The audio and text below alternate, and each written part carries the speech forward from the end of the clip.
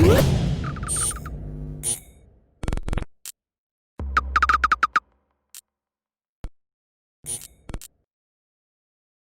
is Andi Purewal for Boxing Social in association with Betfred, and another man who I'm delighted to be joined by, who I haven't seen for quite a while, is Mike Coppinger out here in America. Mike, how are you? How has life been since we last spoke? Everything's going great. Good to see you again. Happy to be back at a fight, and also to be in this setting where we don't have to be so careful, right? Because everyone's been tested, and they actually have the entire hotel rented out in opposition to all the other fights I've covered recently. I mean, everybody always asks fighters how nervous are they when they're getting ready to do testing, waiting for results. But in our line of work, how nervous have you been when you've had to wait for a test result to come back? It's a good question. I wasn't honestly really nervous, but there was like, wow, what if I get a falls positive or something like that? I mean, then you have to drive home from Texas to LA for me, which would be like a 26-hour drive. And so last night I was sweating it out slightly, but I felt pretty good. 26-hour drive, blimey. Forget sometimes just how big America is, Mike. But we are here. It's Canelo-Smith fight week, one of the biggest fights of the year, Mike. But in your eyes, where does this kind of rank first and foremost? Out of the fights we have seen this year, where would you place this? Man, it feels like earlier this year is like 10 years ago at this point with all that's gone down. Obviously, Wilder Fury 2 is the biggest fight this year, commercially and just in general. Maybe this is number 2 or 3. I mean, Lomachenko-Lopez was pretty big. I think this is probably bigger than Spence versus Danny Garcia and bigger than Tank Santa Cruz. So I'd put it probably 2 or 3. If Callum wins, would you put this as the number 1 biggest fight of the year then? Nah, I can't go past the heavyweight title fight with Wilder and Fury. You know, it's just hard to beat that. That was such a massive fight, especially in the U.S. You know, Fox and ESPN and on the promotion, almost 900,000 pay-per-view buys. I can't go over it. What do you make of this fight on Saturday, Mike? It's kind of, when the fight was announced, a lot of people just favoured Canelo. We know how terrific a boxer he is and the skill set he possesses. But as we've got into fight week, a lot more people seem to be paying attention to the size difference that we've seen, especially from the face-to-faces. What do you make of this fight? I mean, there's no one fighter in the world that I would pick over Canelo Alvarez. I mean, obviously if you went up some crazy weight maybe, but from 168 to 160, no, I'm not picking anyone over him. He's the best fighter in the world, pound for pound, regardless of what any other promoter or network says. You know, Terence Crawford's not the best fighter in the world. It's not Lomachenko, although they're not saying that anymore. It's Canelo Alvarez. The guy never stops training. He's so talented. He's so experienced at this point that I don't think anyone's beating him unless he slacks off in training, and he's not going to do that. And also, I find it odd that everyone's making such a big deal of the size difference, because we all knew this, right? We know the numbers. Canelo's about 5'8", Callum's like 6'4". That's a big height difference, but I don't think it matters for Canelo. I think he likes those big torsos. That's certainly one point which you've picked up on there, the big torsos and the advantages that Canelo will have when he comes in. He'll be able to work to the body. Is that kind of what you expect to see from Canelo and how he's going to look to engineer around the fight? Definitely. I mean, obviously, Canelo-Smith had a bad performance against John Ryder. I'm not going to hold that against him. I'm sure he wasn't switched on for the fight. But I think Ryder did still show us a lot of what a smaller, shorter fighter can do. Callum's not a guy like Kovalev who uses his height and his reach and his range. He likes to fight you on the inside, right in the phone booth, and Canelo loves that. Canelo is going to come straight forward, I think. He's going to try to pin Canelo-Smith on the ropes, and then he's going to have a lot to work with us. You know, that once you're inside those elbows, the size difference isn't going to matter much.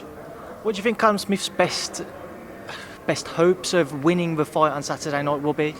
Look, I think Callum's a really good fighter. I think he's going to be very competitive over the first half at least. I think he has to be the bully in there, push Canelo Alvarez back into the ropes, let's just suffocate him, not let him get his counter shots off, and just be the bigger man, control the fight, and keep the fight off, keep your back off the ropes. Push Canelo's back to the ropes. When the fight was announced, Mike, I know you have some inside knowledge and you was kind of trying to work out and find out who Canelo would be facing. Was it a surprise to you at all that it was Callum-Smith in the end? We saw the names like Caleb Plant, Chris Eubank Jr. and Billy Joe Saunders, a few others being floated around. But when the fight was announced, was you surprised that it was Callum in the end? Not at all. I knew it was Callum-Smith. Caleb Plant was being discussed at first, but I was told Canelo did not want to sign a multi-fight deal with PBC at this time. He opted to go with the Zone and Eddie Hearn in the one-fight deal, and he gets to fight the best at 168. That was important to Canelo. Callum was the guy Canelo wanted all along. Even earlier this year, it was the Zone that wanted Billy Joe Saunders, and then once Saunders, knew that he was not training and wasn't ready, it was only going to be Callum's fight. So, one thing people have been saying, Mike, is especially from team Smith, they feel they need to get the stoppage win. We've seen in the past a couple of maybe favourable decisions in Canelo's career. Go back to the first Golovkin fight. Some people obviously edging towards Golovkin in that one, and then the Lara fight previously. I know some people had Lara winning that with Canelo. Do you feel that Callum will need to knock out Canelo to be victorious, even if we was to see him produce a brilliant boxing performance where me and you could be sat there thinking, yeah, he's won on points, but he might not get the decision? Yeah, I mean, I think it's a fair question. I think we've seen a lot of weird stuff. Nothing stranger than when Canelo versus Floyd was ruled a draw. Obviously, that was like a 12-0 fight or 11-1, 10-2 at worst. So does it, Callum need a knockout? I don't know. He certainly needs to win decisively and not leave it to the judges and try to not, he's not going to get the benefit of the doubt. That's obvious. Moving forwards, Mike, where does the winner of this bout go? If you're in Canelo's shoes, who does he then look at? Does he stick to 168 in your opinion, or should he look at the 160 champions? I think it's likely that next we see him fight either Billy Joe Saunders or either Billy Joe Saunders, Gennady Golovkin, or Caleb Plant. But it seems like Canelo really wants to fight at 168, and I think it's going to, those negotiations with Golovkin are not easy. They really don't like each other, and I don't see Canelo trying to accommodate Golovkin by going down to 160. Is Golovkin want to go to 168? That would have to be decided. So if he will go to 168 and he can somehow get a good negotiation and something seamless, relatively speaking, I think that's the fight. If not, I think Caleb Plant or Billy Joe Saunders. We saw Canelo fight at 160 versus Danny Jacobs. He moved up to 175 to face Sergey Kovalev and back down to 168 now for Callum Smith. Mike, in your opinion, why do you think 168 may well be the optimum weight for Canelo to produce his best? Canelo's just a big guy. I mean, I saw so many people saying, Golovkin's going to be so much bigger than Canelo. That was never true. People were looking too much at numbers and looking at what weight someone's fighting at rather than their frame. And, height isn't everything. It's frame. It's how big is someone's back. Canelo has a big back. You see him up close. He's a big guy. And I think 168 is the proper weight for him. 160 is a little hard for him to make. 168, he's more comfortable, and he's not giving up too much in size disadvantage. I don't really think Callum is not much bigger than him. He's a little bit bigger, but obviously the height. One final thing to touch on with that fight before we come on to a couple of other topics. One thing that certainly was a talking point was the rehydration clause. We know there isn't one. Mike, was it a surprise to you that Canelo's team maybe didn't opt to have one? No, not at all. I mean, I always see the fans think that Canelo is some conniving guy that's trying to get every advantage, and I don't think that's the case. He has done it in the past, but he's a very comfortable 168 right now. He probably doesn't want the rehydration clause for himself either. He just told us that he's probably going to fight at around 175 on fight night, and he thinks that Callum is going to be in the 180s, and he said he's fine with it. Then just move away from this fight, Mike. Obviously, we see Gennady Golovkin fight tomorrow night. What do you make of his bout with Ceremeta? Golovkin's obviously a big favorite for a reason. I think he's about 30-1 favorite. Zeremeta, haven't seen much of him. I saw his fight obviously on the Golovkin-Derevianchenko undercard. He had an early knockout. Doesn't have many knockouts at all. A really low knockout percentage. So he's going to have to box and move. But look, I know Golovkin didn't look great last year, but I expect an early knockout for Triple G. I was going to say, is it important now that Triple G shows that he's still got that power, he's still got that same skill set, the ring craft that we saw in the first fight with Canelo and beyond, and previous to that against Zeremeta tomorrow night? I think it's incredibly important that Golovkin scores an early knockout and shows that devastating power, right? Kind of reminds everyone of who he is and why he became a star in the first place. He's coming off a down year. He hasn't fought in a long time.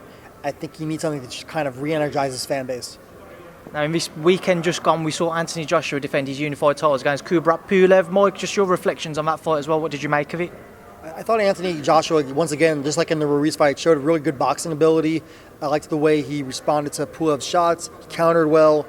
Obviously, the right uppercut. He really liked that shot. I once again didn't feel like Joshua was so confident in his chin now, right? I mean, you saw the way Ruiz hit him even in the rematch a few times, and it looked like he kind of got buckled. Pulev hit him with a few good shots, and it just seemed like he needs to get that confidence back, especially if he's going to fight Tyson Fury. People say Fury's not a big puncher. I really disagree.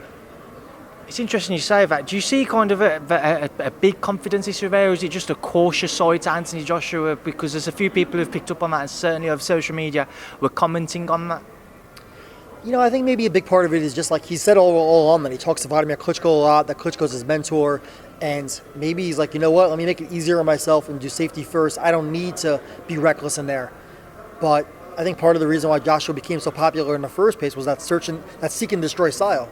We saw against Joseph Parker, right? Parker, he was a little bit more careful. Fans didn't love it. We saw it in, I think it was the Carlos Takam fight, a little bit too.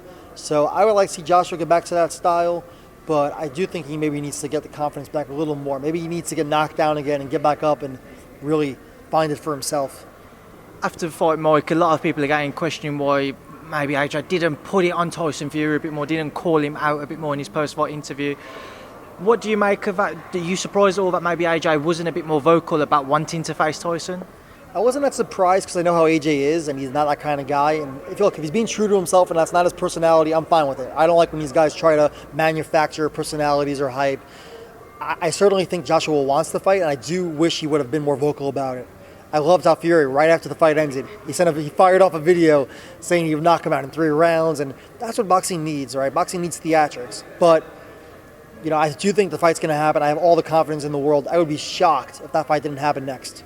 That's what I was going to ask you. Do you see it happening next, and what do you make of the entire WBO situation? Because they are insistent that Alexander Usyk gets his chance to fight for that version of the world title. I think it's a joke. No one wants to see Joshua fight Usyk. Look, I know Usyk is a great fighter, and he proved himself at cruiserweight. He has proven at heavyweight that he's not a legitimate heavyweight, that he doesn't really take the best heavyweight shot. I thought he just eked by Derek Chisora 115, 113. Certainly no one who watched that fight would say to themselves, oh, this guy's beating Joshua. And this is the problem with the sanctioning bodies. They need to get out of the way and be a help to boxing, not hinder boxing. This fight transcends the sport, and we need it to happen next. So if Joshua needs to vacate, then so be it, and no one's going to recognize Usyk as a champion anyway. All right, Mike, we will leave that there now. I'll leave you to enjoy the rest of your day. I'm sure I'll catch up with you again either before or after the fight, but it's a pleasure to speak to you now, and I'll speak to you soon. Thank you, Speed, to Boxing Social. All right, thanks again for having me on. See you guys at the fights.